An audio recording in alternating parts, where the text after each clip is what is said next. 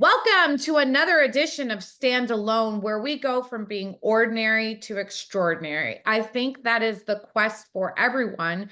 But then we have to say, well, exactly how do we do this? And in life, we're often, thinking about until I find the way, I'm not going to get going. But I've talked to some phenomenal people that have done just that. Their ability to do the ordinary and then to rise above and to be extraordinary within their field. And that's what we're going to dive in today. We have a very special guest with us, Dr. Nona Djavid, with her ability to think outside the box and relate it back to science, peak performance, and then teaching people how to live a better lifestyle so we can ultimately have our best life ever. This doesn't mean we're going to be wild and reckless and you only live once type of mentality. We're going to go deeper today. What does that really mean, like on a spiritual level? What does that mean in our quest to find the truth, getting back to the light? We're going to talk about this today because it's something that's near and dear to me. I know you have a club, Dr. Nona, if I can call you that, because you earned that. I love that. Um, Elevate Club. So we want to talk about that today and the stuff that you're working on right now to build communities so we can raise our consciousness to a level of us just doing better day by day. And so first I want to say welcome. Thank you for being with us. The audience, Dr. Nona, is a lot of high performers. And the thing that we talk about more than anything else is mindset. So I wanted to kick this off with you. Like, what does that mean to you? And I want for us to have a dialogue where we can like push back with one another and elevate the conversation. So it's not just this generic stuff everyone else is talking about, but like, what does it really mean? How does it relate to today, right now? The chaos that we find ourselves in, all individually in our lives. Why is mindset more important now than ever before? So first, if we can hear your definition of it, and then how does it relate to today's time and all the chaos that we're feeling around us so that we can have that internal calmness and strength that we go back to? Yeah, and I'm glad you said that. It's definitely more important than ever before now. And I think I have a very personal interaction with mindset, or what I call energetics versus mechanics.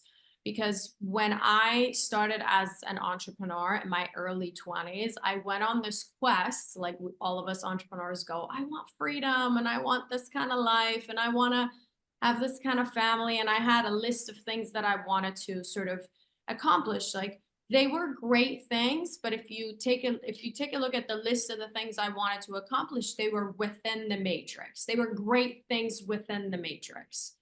And I remember 3 years, I became a chiropractor first. I went to Berkeley, I studied neurology, and then I became a chiropractor. And in the first 3 years in business, in private practice, I completely burnt out.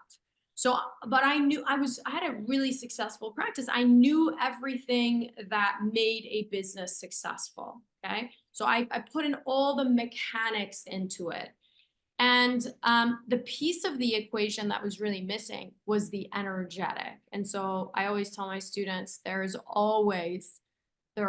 always two ingredients to making anything successful. If you think about a relationship, if you think about your health or your body, if you think about a business, if you think about your life, you want to make it successful, there are things you have to do. In a relationship, you have to have date nights, you have to have intimacy, you have to have a certain kind of connection, you have to have chemistry. Those are the ingredients that are more mechanical, like, okay, every Friday we're going to go do date nights. Or in a business, there are mechanics that you put into it. Like, these are the things I got to do. I got to do marketing, I got to do sales, I got to do X, Y, and Z, communicate a certain way, I got to learn, grow. Those are the mechanical portions of things. And I found myself the first 3 years in business doing all of those, doing the doing.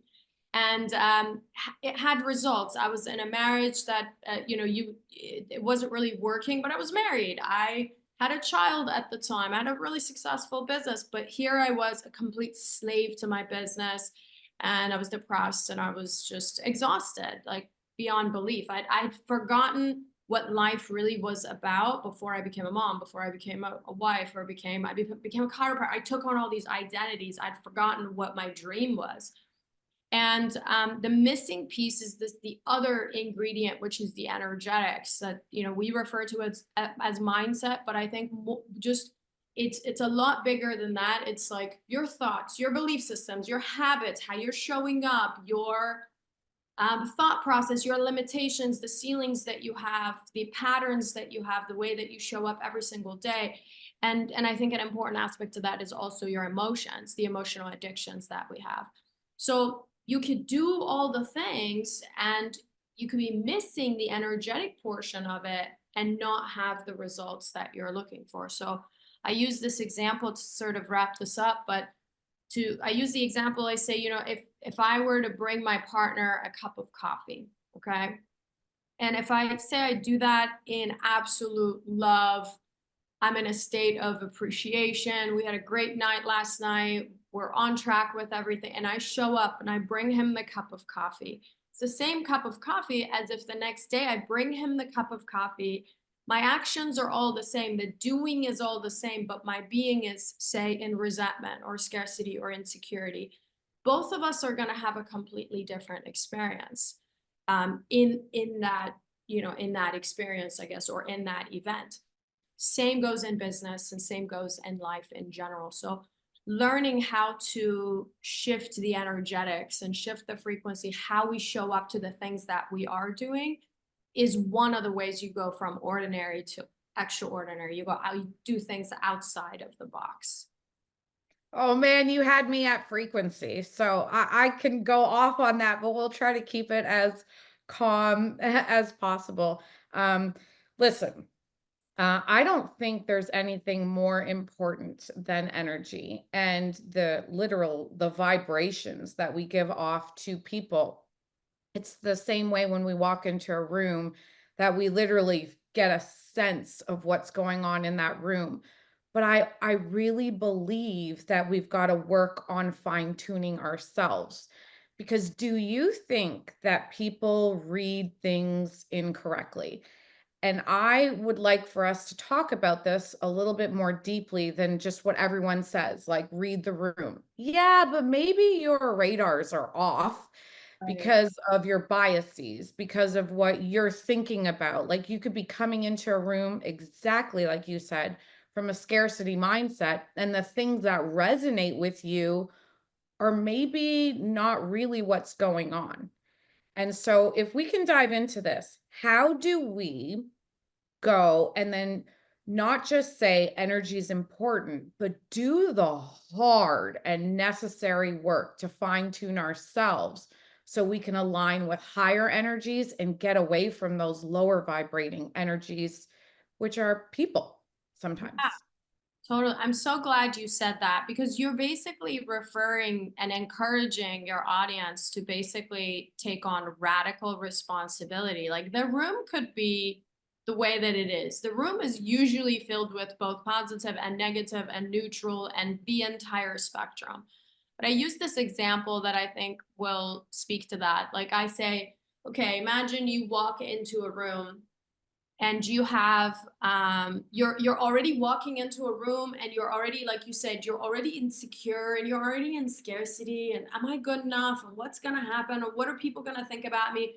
You walk into the room and there's two people in the back of the room and they're sitting and they're like going kind of like this. What are you going to think about? You're literally going to see them because they're at your frequency, right? And you're going to see them and you're going to see that they're doing this, and your assumption or your pickup of quote unquote energy is that they're talking crap about me. However, let's say you walk into the same exact room, and I refer to it as Beyonce energy. You walk in with Beyonce energy where it's like this is it, like the ultimate confidence or whatever. It doesn't have to be Beyonce, but the idea is you walk in and you are in an energy and in the frequency of abundance. You're in the energy of full confidence, of joy, of love, of service. And you show up, and the same two people are in the back of the room. You are not going to notice them. because you'll only resonate with people that are at the same resonance, right? So if you have people in your circle of influence that are, you know, negative or lower in frequency, not to say there's a lower or higher, we've all been everywhere. But if those people are in your frequency, in your vibration, and they are sort of quote unquote pulling you down, the first thing to do is to go, where's my responsibility in this? How have I allowed this? What parts of me are being mirrored back to me because this individual's in my circle of influence? So I think radical responsibility is probably the very first step in the process. And like you said, shifting the energy, the inner work that you get to do that will reflect back into the world is the most important thing that you could be doing. Because ultimately, in sales, you know, you've heard and we've all heard, they say, whatever objections your clients or your potential clients are giving you, if they say, oh, I don't have more, I need more, I don't have the money to pay for this, or I don't have the time, those are the objections that are in your particular consciousness. So if you'd like to experience people differently, then you may have to show up differently. Yeah, you know, this is what's so incredible about just work and business. You know, a lot of people are in this mindset right now of, I don't want to work. I want to be free. I don't want anyone telling me what to do. And, you know, when they listen to your story, they can say, like, well, you studied all these years, you went into chiropractic, and now look, you're doing what you want to do. And like, I'm gonna push here a little bit, and I want for your like true and honest feedback. I believe we're supposed to do those things to find out what we really like. And it's not bad. You know, when I came in, you know, I studied science for like the whole of my life. And then I got into business and I had to relearn so much. And when I got into business, I had to learn about sales and reading rooms and interacting with people. And then I realized I don't like the way people sell. It really bothered me. It really like it actually irked me. And I'm so grateful that I went through it because it allowed me to then like chisel out how can I make this better? How can I add value to this? And I never resent sales. I never resent business. I never resent what I went through because it made me better. And so, what could you speak on for people to understand like, don't escape the work. I think that's what people are trying to do today. They're just trying to say, like, I don't want to go to school. I don't want to do the 9 to 5 job. I don't want to do what my parents did. Yeah, but you can't just leap into like your found enlightened self. You've got to do the groundwork and elevate to that level. What are your thoughts on that? Yeah, totally. I mean, I did a whole bunch of things that ended up being the things I didn't like. Yeah. And they ended up being the gem, you know, that I needed to get to the next step. And I think a lot of the new generation, they kind of get confused, not to stereotype, but they get confused. They're like, I don't know what I want, so I'm going to do nothing. Well, that doesn't work. You either figure out what you want and take the one step that is right in front of you. I always say, like, it might be super foggy. You may not know what you want in the future, but you could probably just look down where your feet are and go, this is where I'm at. Seems like the right step to take next, like you did, like I did. And then you take that step. And if you have faith, you go, oh, I took this step. If you have faith that you're gonna go on the right path eventually, even if that's the wrong step. I've taken so many quote unquote wrong steps that had been super crucial. I couldn't have like skipped those steps to get to the next level, but you take it and you're like, oh, I didn't like that. Like you took the traditional sales route and you're like, I don't like how they're doing it. So I'm going to develop something, or I'm going to help people, or I'm going to do it differently. But you wouldn't have had that without the contrast. Yeah. And same goes for, but you gotta choose one. You either know what you want and take the steps to get there, or you know what's in front of you and then take the one step that you do already know or have certainty around. Yeah, I love this because for a lot of people, we can be sometimes too big picture that we're not implementing on the ground, and then we're just missing it entirely. And so that's important for people to understand. And if we can talk about this, because your energy is often going to be dictated by what you're focusing on. And when we're too far ahead, it can make us not look at like what's in front of us right now. I tell my team all the time, just do the right thing, then do the next right thing.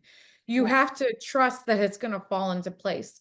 So, what is the role of vision then? If we have to focus on the basics and then find the joy in doing the basics, the routines, but Mhm. then also having a vision so that you're inspired to work more than other people, work better, take it to the next level. That's a beautiful thing.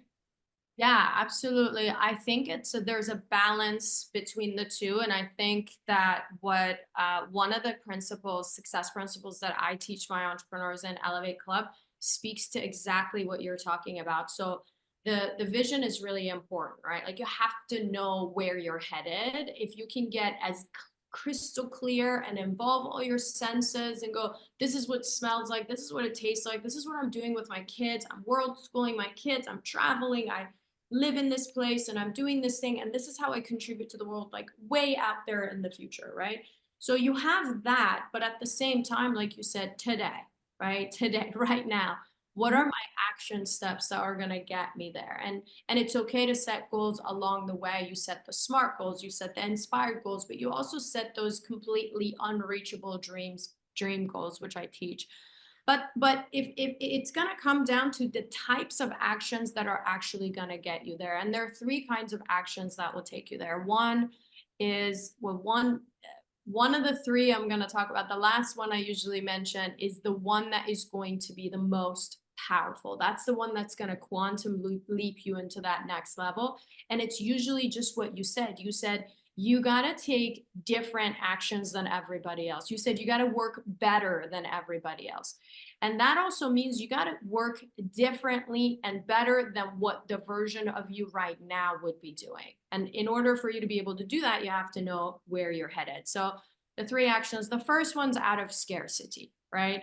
And we're all familiar with it. Like if you're, say, in business, for example, or you're an athlete, or you are reaching something in your life, or health even, if you go at this goal with the energy of not enough, like my parents, just personally, I grew up poor. So I grew up in Iran, in a third world country, and I moved to the United States when I was 16 years old. So it's a completely different environment. So having had that experience, I could have been, and I was for a while until I recognized this. I go, I don't want to be like that. I never want to have that much restriction. And I don't want to live in a country with that much restriction and lack of freedom. I definitely don't want to be poor like how my parents were restricted with money. I'd like to experience freedom of financial and time and all of those things. So if I approached, say, making money or making a successful life from a perspective of I don't want to be like that, then that's considered a scarcity action. Okay. Same goes for health. Like if you say, I want to be super healthy because my mom was diabetic and I watched her struggle and I never want to struggle like her. Well, what's the energy underneath it all? The energy underneath it all is going to be, I'm scared. Like I'm doing this out of fear. And so that's a scarcity driven action. Will it work? 1,000%. Like, do you know people who we both know people who are like, I want to be wealthy because I don't want to be that. I want to be healthy because I don't want to be that. We all know people that are like that. Will it work? Yes. But will it be efficient? Absolutely not. So I did that the first probably however many years of my life in business, in life, in relationships. And I ended up completely unhappy and burnt out. And I know so many other people who experience the same thing. Now, the second kind of action someone could be taking is inspired actions. So inspired actions are obviously a lot better, right? Like you are inspired by love, you're inspired by service, you're inspired by joy. What are the things that bring you joy? What's the next thing that excites you? Like right now, the next step that you would be taking that would take you to that next level. So those are obviously a ton better. And I encourage people if they don't, if the next kind of action I describe seems kind of out there, then stick with inspired actions. Decide where you are taking scarcity actions and move into inspired actions. And then there's a third kind of action, which I call wish fulfilled actions. So these are the actions that quantum leap your life, your business, your relationship absolutely to the next level. And I've done it over and over and over again, and I've watched people do it. So what's a wish fulfilled action? You take a look at this dream and you go, this unreachable goal or vision that I have, and this is where you close the gap between the two, like you were talking about. But this is an unreachable dream that I have. It's so impossible and it's so out there. But if I envision a version of me that is already living this life, has the business, has the house, has the cars, has the kids, the family, the relationship, all the things, the level of contribution, that version of me, what are the decisions that she would make? And if you keep asking yourself that question, especially if you're familiar with your vision of the future, then you're going to notice that you would, just like you said, take completely different actions. Like that version of you that's living that vision already would be a lot more confident than the version, no matter how confident we are today, that version would be way more confident. That version would be way more abundant. That version would be way more loving, way more giving, and everything else. So can I tap into that version and go, what would she do? And then make a list of all the actions that she would take. Because I think there's a quote from, I want to say Newton, that says like the mind that created the problem cannot solve the problem. So it's like if you're approaching and I probably butchered that quote, but if you're approaching a vision and you're approaching it with small-mindedness, or I can't do, or whatever the case is, you're only going to get so much and so far. But if you approach it and you actually get in touch with the mind that is able to do it, you're going to end up taking different kinds of actions, and that'll get you a lot closer, a lot faster. Yeah, it's really incredible. When you read like old books, and this is what I'm really into, like I read a lot of things written many, many years ago, and they say things that they resonate so strong and so true. And like, how is it that people at that time with such little access, than what we have right now, just the fact that I'm connecting with you and you're on the other side of the country, you know, uh, is incredible right now. But they would sit down probably by themselves and just deeply think about things and have these things come into their consciousness of an understanding that a lot of us are lacking today. And I don't say this to put anyone down because there's so much that I have to learn.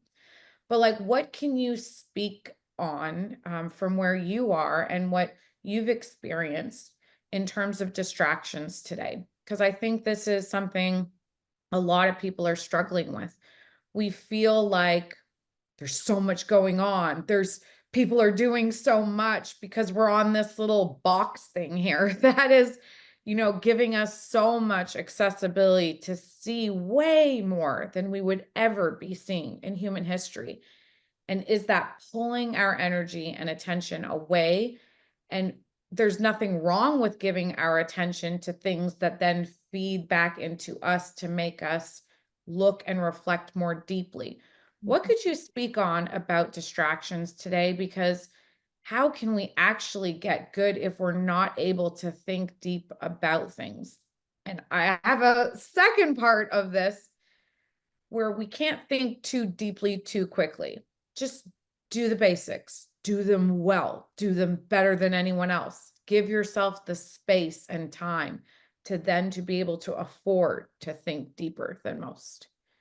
Yeah, absolutely. It has never been more difficult to be able to philosophize and or think about where you want to take your life, what you want to do, what life is about, what your family is about, and how to solve problems. And I think about digital toxins the same way I think about health, right? If you are eating junk food and you're taking in the things that don't serve your body, then your body is going to feel a certain way. And when it's filled up with junk, then you're going to feel like junk. And same goes for, say, social media, or nowadays with the news or anything else. And I'm not saying shut it all down, although for some of us, like shutting it all down might actually be an option. A digital detox is probably always a good idea. But I also think that a lot of people will get into the cycle of numbing and dismissing the things that they are unable to address, the pain that they're experiencing, the struggles that they're experiencing, whether it's loneliness or sadness or not enoughness or scarcity, whatever it is. We numb it with social media. We numb it with, hours and hours on Netflix. We numb it by giving too much identity into what's happening out there into the world. And then afterwards, most of us, just like eating junk food, will feel guilty, right? Like we feel some kind of bad afterwards. And the addiction continues, because the addiction is not only to numb the pain that we're experiencing using digital or the news or this or that, the distractions that exist. It's not always digital, but also the addiction to the follow-up, which is the guilt and the I'm not good enough and I didn't do it, and all of those. Such a vicious cycle. And I struggle with this. Like my entire business is on social media, and so you kind of, in today's age, like it's very, I mean, I have a team that handles everything, but you kind of have to be on social media if you have any kind of, impact.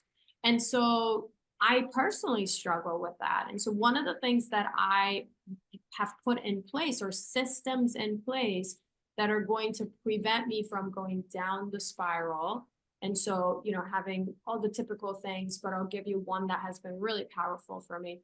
But not having the things and the distractions in your vicinity. When I sit with my kids, my phone is nowhere to be found.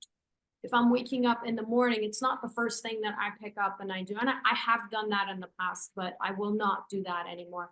One of the most profound things that I have done is, on a weekly basis, I have about 3 hours of what I call thinking hour, where I literally block it out on my calendar and I think about, what does the future of my kids look like? What does the future of my family look like? What is life about? What are the things I need to change?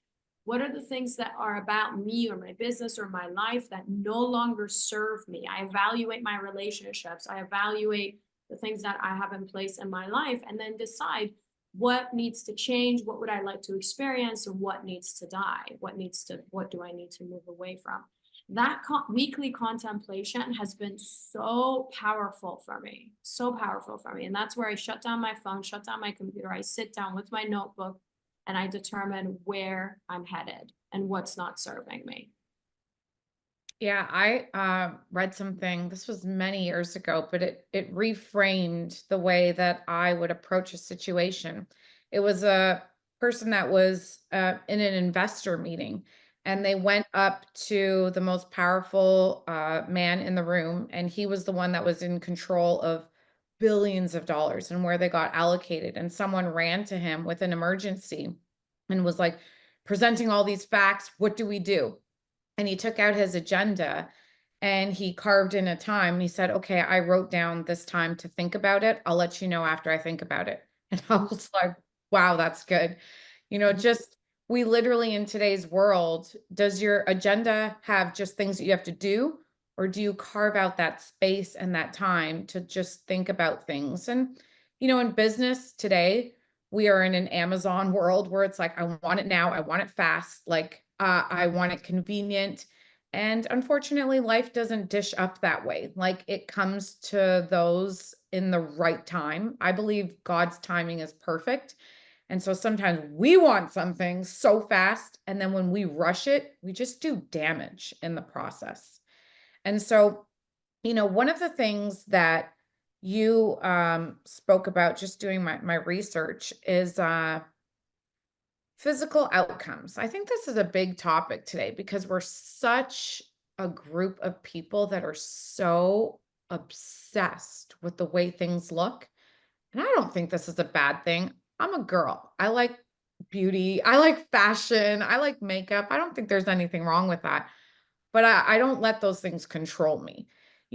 but in a world today where people are just so obsessed with the physical, what can you say about how the spiritual realm controls what gets created in the physical realm? What are your thoughts on this? Because, this has always been something near and dear to me where I think people that are always just so physical, if I can't see it, touch it, it doesn't exist. I'm like, ouch, I think there is a spiritual realm that creates those things. Let's get to know that a little bit more. What are your thoughts? Absolutely. I think that I was reading a book just recently this week where it was talking about this is just purely spiritual, but 99% of the things that we see are, 99, we are unable to see, feel, touch 99% of the things that exist out in our environment. We are only able to see 1%. And if you want to get neurological, then neurologically, your brain basically filters 98% of all the information that is coming in. So, not to get woo woo, but like in this room right now, there could be so much going on, and there could be conversations, and there could be spiritual interactions, and whatever that's taking place. But to bring it back to your original question, I think that the physical outcome of what we are experiencing is tied into our thoughts, our belief systems, our emotions, and obviously our actions. So it's interesting if you've ever gone somewhere and and this could go both spiritual and it could go neurological too. If you go somewhere, and this is an example that's like overused so much, but you decide that you want to buy a yellow Lamborghini, and all of a sudden all you see is yellow Lamborghinis, right? And you didn't realize how many of them existed in your town until you made the decision, and you start researching, you start Googling, you start asking your friends about it, whatever.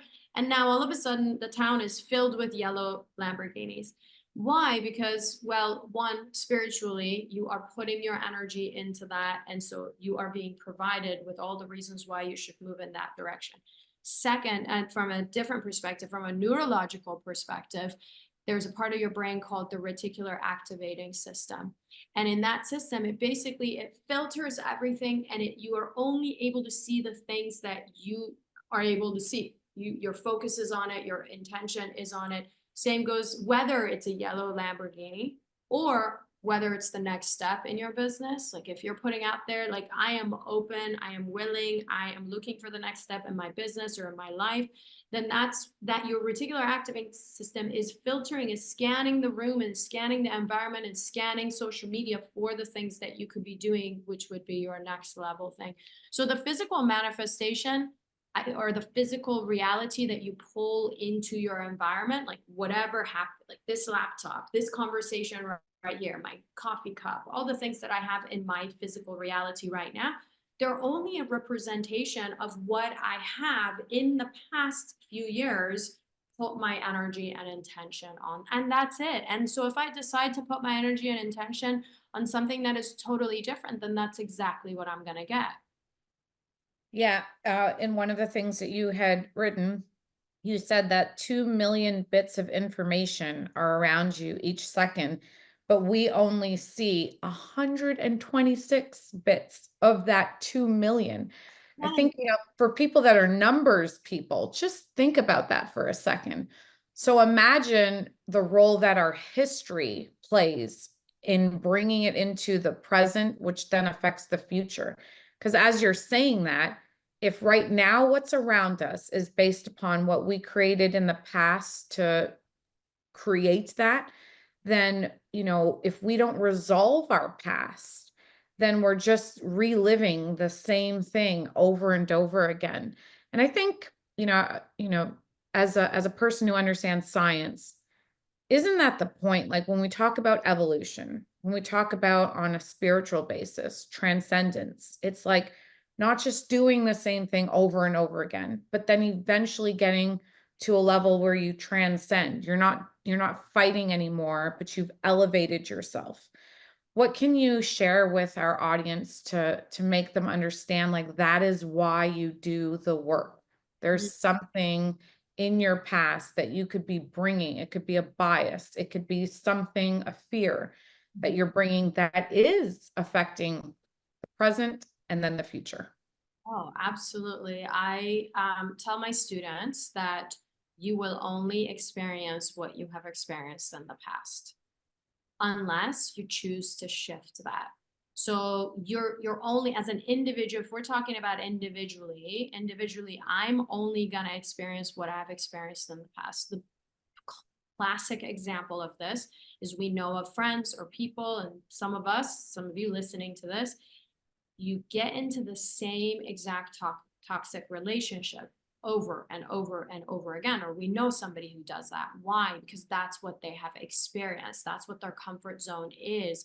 Emotionally, they're tied into that in their previous, with their family members, with their parents, or something that they have either they've experienced directly or indirectly.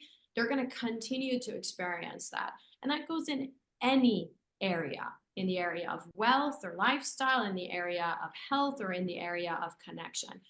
So how do you change? The whole point of it, like you're saying, Sabrina, is to literally shift that and quantum leap to something else, because otherwise you repeat the old pattern over and over and over again. And so there are only two ways to break that pattern. And his name is not coming to me, Bob Proctor. Bob Proctor teaches this. There are two ways to break the pattern. One is going to be repetition, and the other one is going to be trauma. Trauma we've experienced, like there's divorce, there's loss of a loved one, and all of a sudden the direction of a life of somebody completely shifts. Their perspective completely shifts, and they start to create a whole new life, or they start to think differently and do things differently. But the way that's more in our control, that we can shift the old patterns so that we don't continue with the same struggles as we have, not only we have, but generations before us, like you said, history has been experiencing. How can we break the pattern? It's in the second one. It's in the repetition of a new pattern. So if I want my children to have a different experience of life, or if I want to have a different experience of life than what has been going on in the past, I'm going to have to interrupt the pattern. Not just interrupt, but repeat and give myself a new pattern. So what's the new pattern?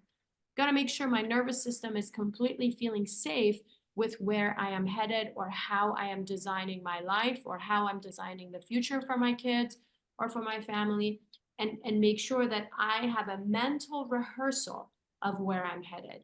Because what my body, my nervous system has is not just a mental rehearsal of what I have experienced in the past, whether it's been poverty or not enoughness, or, whatever the case is, but also emotionally addicted to those things, because it's heavy, right? Those are really heavy hooks that we have that come with family and generations prior to that. So it's kind of going back to the conversation you had. You're like, you can't, this is the work is inside. You have to get the work done if you'd like to experience things differently in life, and if you'd like to break that pattern. Okay, so here's a question for you. This is something, I work with people, and over 20 years, not over, I'm 19 years in business. And I've worked with so many people. And this is my simple question, do people really change? Or do we just become more of who we are? I think that people change, but I think I know why you asked that question, only because I relate to it as somebody who wants to help people so deeply. I remember, and this is a recent revolution for me, so hopefully this will Yeah, resonate. I'm ready. Right? Because we're always wanting to help people, and it is frustrating.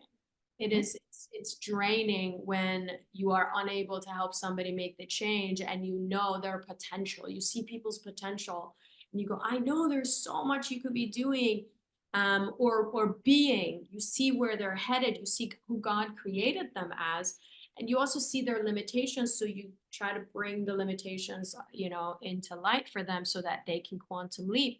and it can be frustrating. And so what I learned in a recent, so I was in, this is, I have never shared this, but I was in a deep, like 4 or 5 hour meditation. I had a very spiritual experience. This is just a couple of weeks ago. And I had, you know, what you may call, you seem spiritual, so I'll just go ahead and call it, and God's love. I experienced God's love, and anybody who's listening, universe is love, whatever it relates, however it relates to you. But I felt God's love. And the next thing that I felt, which was massive, there's no way to describe how I felt. And then the next thing that I felt was I saw how I was meant to help with people's pain. Okay. And I felt the immensity of the pain of that people experience. And then I sort of asked the question, what am I supposed to do with this pain? I was in tears because it was so immense and it was so overwhelming. The next thing that came in the meditation, it was that you just do what you love, and you just carry the light, if you would. And people also everyone has God's love, and everyone continues on their path. And your job is to show up and be the light. And if that light happens to be on their journey and it's meant for them, if God wants them to kind of be in your space and have a transformation, then that's exactly what's going to happen. So all of a sudden, the burden as a helper or as a fixer or somebody who wants to change the world, that burden was lifted up, where it was like, I understood that my job is to just hold the light and go, this is possible. This is possible for you. This is possible for you. This is possible for you. I have seen people's lives change both ways, with me carrying the burden and pushing and pulling and poking. And I've seen people's life change with just me carrying the light. So do I believe people's lives change? Yes. I also believe that for me personally, it's not the burden. All I do is I show up in my light. I have the conversation with you and with whoever that I can, however I can spread the message that's inside of me. And then if it resonates with somebody and they're meant to hear that message, then that message will change their lives. Yeah, I love this. And I think it's really amazing how things can happen. As I said previously, like God's timing is perfect. And this was yesterday. So I've never spoken to you before, but yesterday I was in like a deep state of just like, help me to understand better. Like, what is it that I need to see? And it was really, really powerful. And it was just to know that God is supreme. And the battles that we're fighting are not between God and bad spirits, because he already won. And what's going on in the world is for us to battle with those energies to really come into being of what we are meant to be. And sometimes in our roles in leadership and business, we feel like, let me change you, but it really is exactly what you're saying. All I can do is be the best version of me. And when I come into those battles with those determining points in my life, what will I do in that moment that makes or breaks me? And that's all I can control.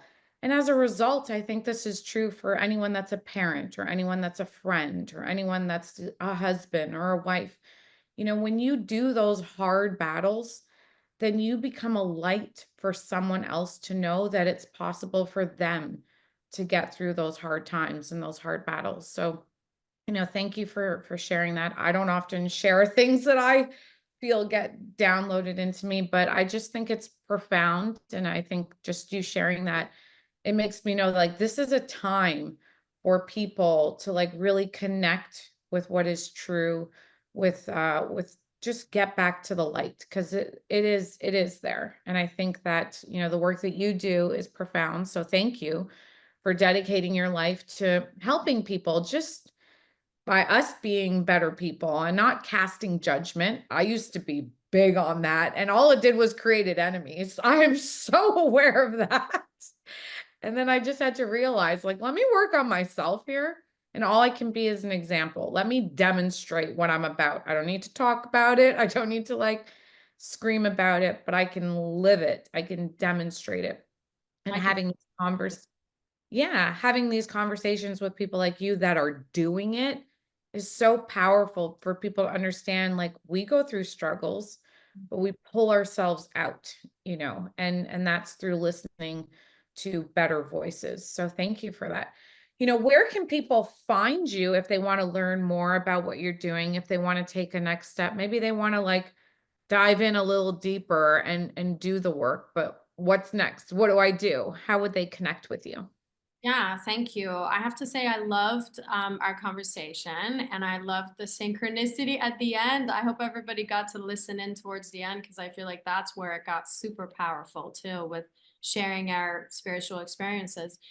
I appreciate you having me on here. I think the best way probably is where I'm most accessible is going to be Instagram. I do have a few blueprints and guides that help people create a vision for their future and take some actions like we talked about today, the right kind of action. If they just DM me guide, or if they message me and say, hey, I heard on this podcast, Sabrina sent me over, whatever, I will be happy to give you all the resources. And then, of course, Elevate Club is where my community is and where I teach people how to elevate and how to quantum leap in their life, in their business, and their relationships. Well, thank you, for your time, for your energy, for all the hard work you've done in the past to get you to where you are right now so that we can experience this moment together. So thank you for that. Absolutely. Thank you, Sabrina.